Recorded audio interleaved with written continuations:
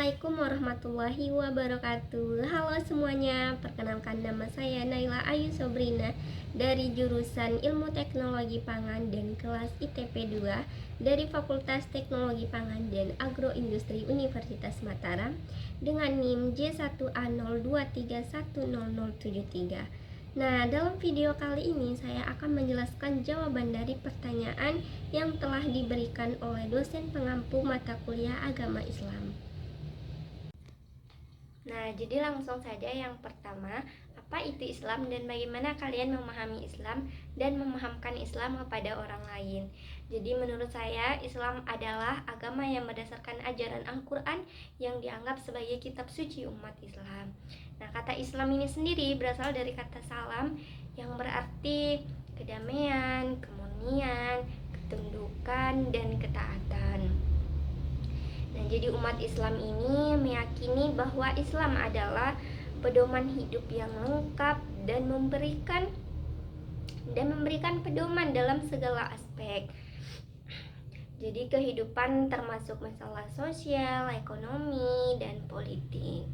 Adapun untuk memahami Islam, jadi saya atau seseorang harus mempelajari Al-Quran dan hadis yang merupakan perkataan dan tindakan dari Nabi besar kita Nabi Muhammad SAW. Jadi umat Muslim percaya bahwa Al-Quran adalah firman Allah Subhanahu wa Ta'ala yang sebenarnya, yang diturunkan kepada Nabi Muhammad SAW melalui malaikat Jibril.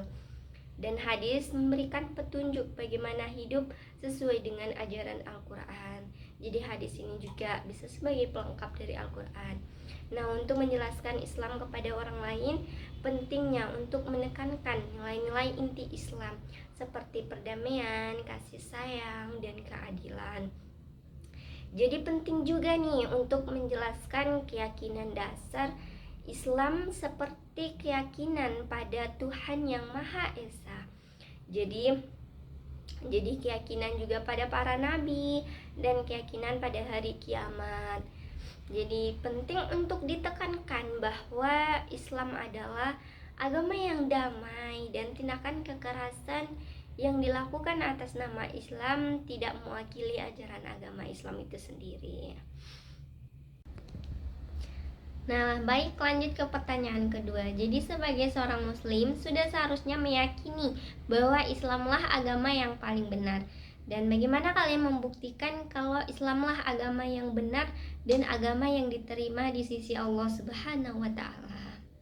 Baik, di sini saya akan menjelaskan bukti yang digunakan umat Islam untuk mendukung keyakinan mereka bahwa Islam adalah agama yang benar. Jadi di sini ada beberapa poin yang akan saya jelaskan. Yang pertama ada Al-Quran. Nah, dari Al-Quran ini umat Islam meyakini bahwa Al-Quran adalah firman Allah Subhanahu wa Ta'ala yang diturunkan kepada Nabi besar Muhammad SAW melalui malaikat Jibril. Jadi mereka menganggapnya sebagai keajaiban karena gaya sastranya dan pelestariannya dari waktu ke waktu masih tetap terjaga, serta keakurutan ilmiahnya. Kemudian yang kedua ada dari karakter Nabi Muhammad SAW. Jadi umat Islam ini tuh percaya bahwa Nabi Muhammad SAW adalah sosok teladan karakter dan perilaku yang baik, dan bahwa kehidupan dan ajarannya adalah teladan untuk diikuti. Jadi mereka menganggap pesannya merupakan kelanjutan dari pesan semua nabi sebelum Nabi Muhammad, termasuk Nabi Adam, Ibrahim, Musa, dan lain sebagainya. Nah, yang selanjutnya ada fitrah. Jadi di sini umat Islam meyakini bahwa setiap manusia itu dilahirkan dengan kecenderungan yang melekat pada Islam, dan setiap penyimpangan dari Islam merupakan penyimpangan yang atas kesadaran sendiri, akal sehat mereka sendiri. Jadi mereka berpendapat bahwa ajaran Islam sesuai dengan fitrah manusia yang sehat, dan agama serta ideologi lain memuat hal-hal yang bertentangan dengannya. Lanjut ke poin berikutnya ada logika dan nalar. Jadi di sini umat Islam percaya bahwa Islam itu menganjurkan penggunaan logika, akal, dan pengetahuan, dan bahwa keimanan tidak bertentangan dengan akal. Nah, jadi mereka berpendapat tuh bahwa Al-Quran mengajak manusia untuk merenungkan tanda-tanda Allah Subhanahu wa Ta'ala di alam semesta ini dan menggunakan akal mereka untuk memahaminya. Lanjut ke poin selanjutnya, ada amalan.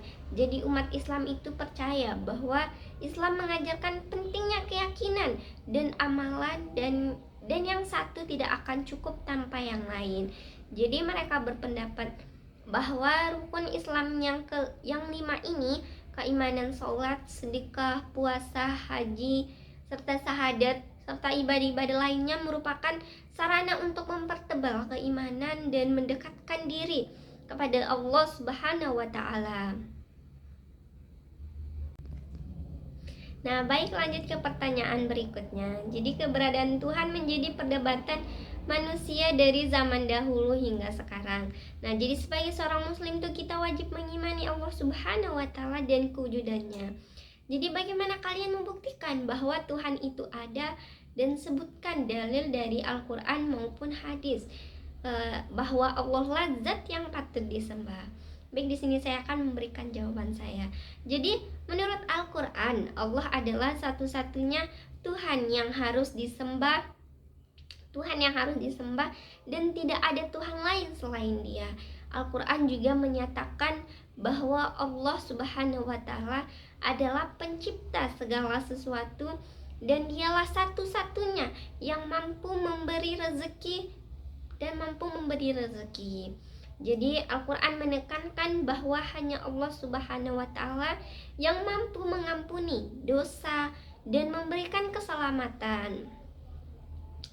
Jadi hadis juga menekankan bahwa Allah Subhanahu wa Ta'ala adalah satu-satunya Tuhan yang patut disembah.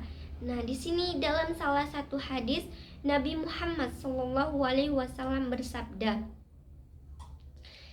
"La tutruni kama azratin nasara abnu Maryam, innama anna abdu, faqulu abdullah wa rasuli." Jangan berlebihan dalam memujiku seperti yang dilakukan orang-orang Nasrani dalam memuji Isa putra Maryam. Aku hanyalah seorang hamba, maka katakanlah dia adalah hamba Allah dan Rasulnya.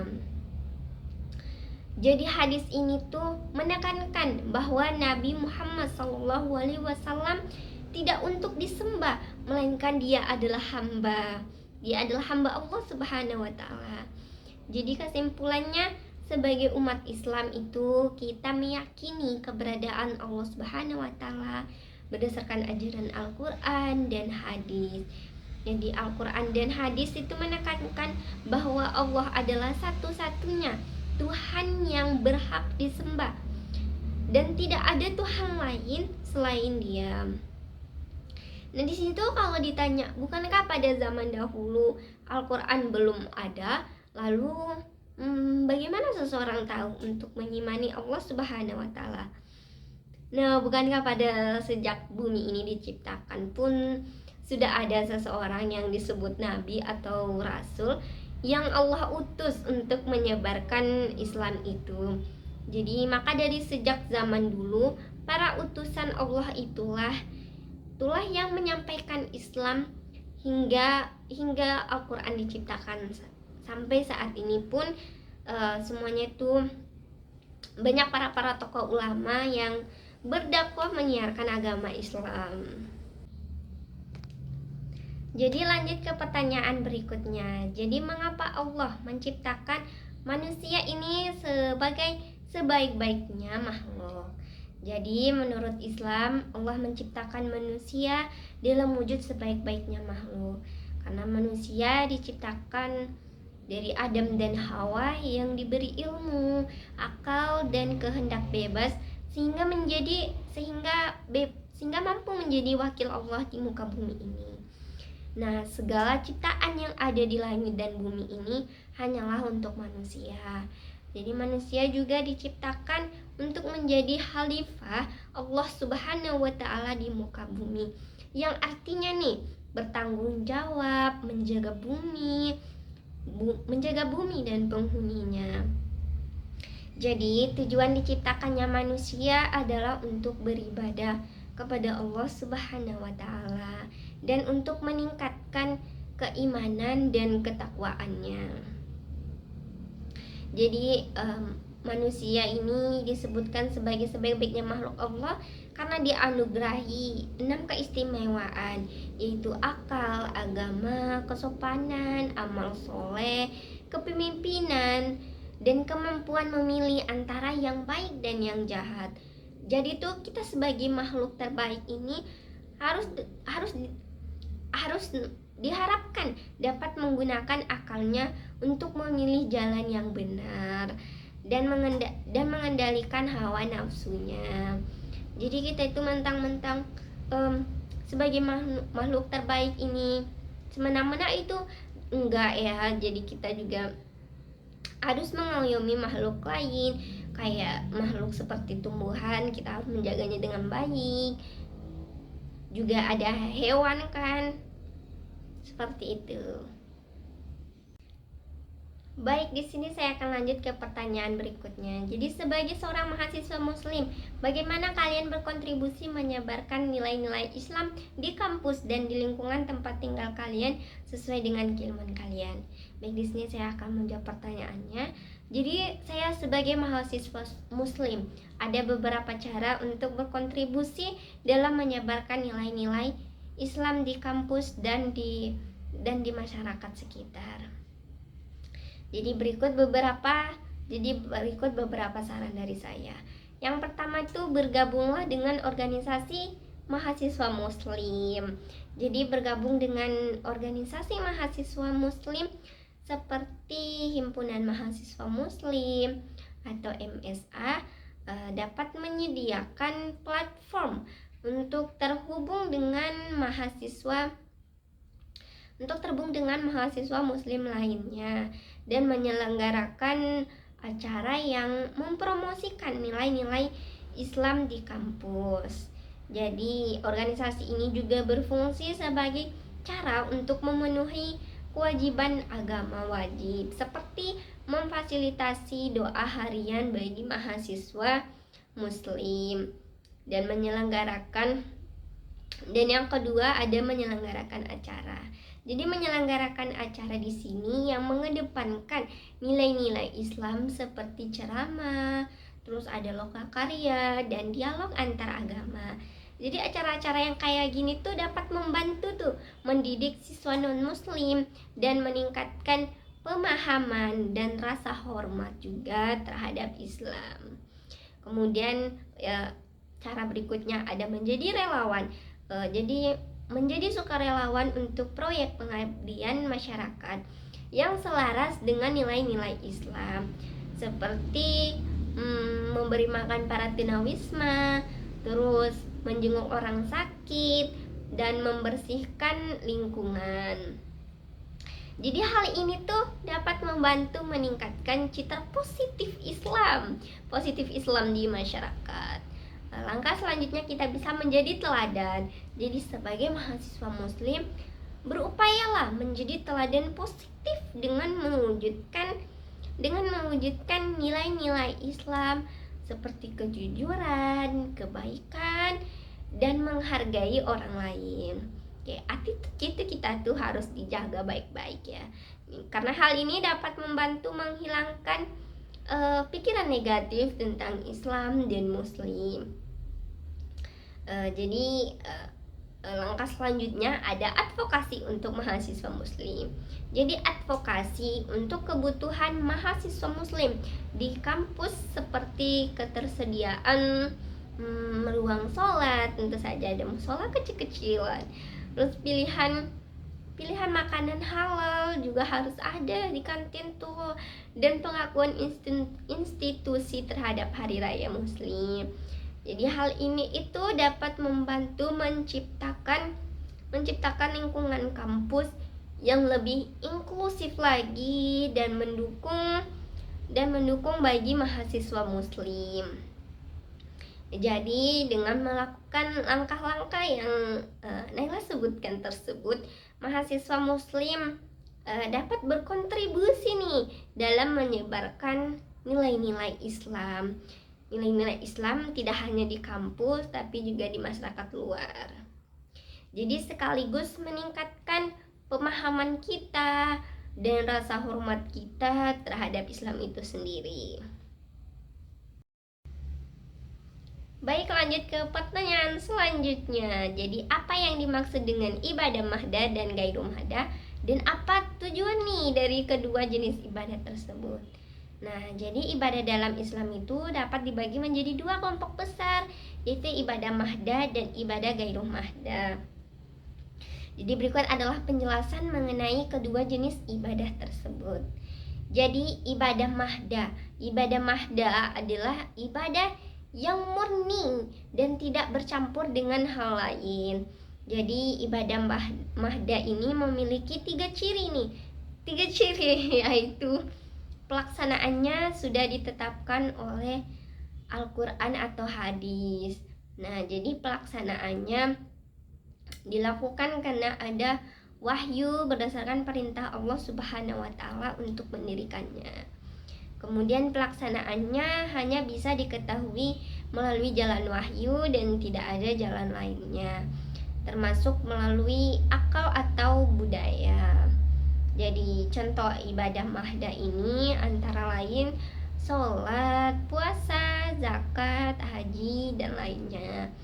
Adapun tujuan dari ibadah mahda adalah untuk mendekatkan diri kepada Allah Subhanahu wa taala dan meraih pahala di akhirat kelak. Selanjutnya ada ibadah gairu mahda. Jadi ibadah gairu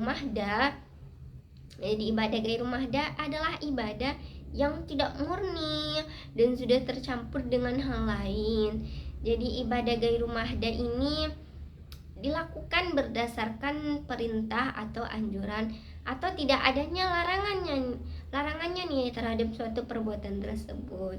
Nah, jadi contoh ibadah dari gairu mahda ini antara lain tuh silaturahmi, menjenguk orang sakit, sedekah juga, mencari ilmu, bekerja, membangun masjid, dan kegiatan yang bermanfaat lainnya. Adapun tujuan dari ibadah gairu mahda ini adalah untuk memperoleh keberkahan dan kebaikan di dunia dan di akhirat kelak. Nah, pertanyaan terakhir ini tuh bacakan 3 doa yang biasa kalian bacakan setelah sholat. Nah, bagi Naila sendiri itu biasanya baca yang pertama itu istighfar 3 kali, kemudian membaca Allahumma antas salam wa minkas salam tabarakta ya jalali wal ikram. Kemudian lanjut membaca subhanallah 33 kali, alhamdulillah 33 kali, dan Allahu akbar 33 kali. Lalu membaca la ilaha illallah wahdahu la syarikalah lahul mulku wa lahul hamdu wa huwa ala kulli syai'in qadir. Kemudian lanjut membaca ayat kursi dan membaca 3 surat qulhu, ada Al-Ikhlas, Al-Falaq, An-Nas.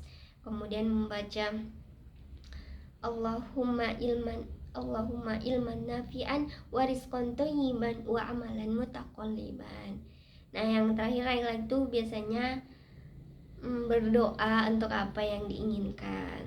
Jadi sekian untuk video kali ini. Terima kasih dan mohon maaf bila ada kesalahan. Wassalamualaikum warahmatullahi wabarakatuh.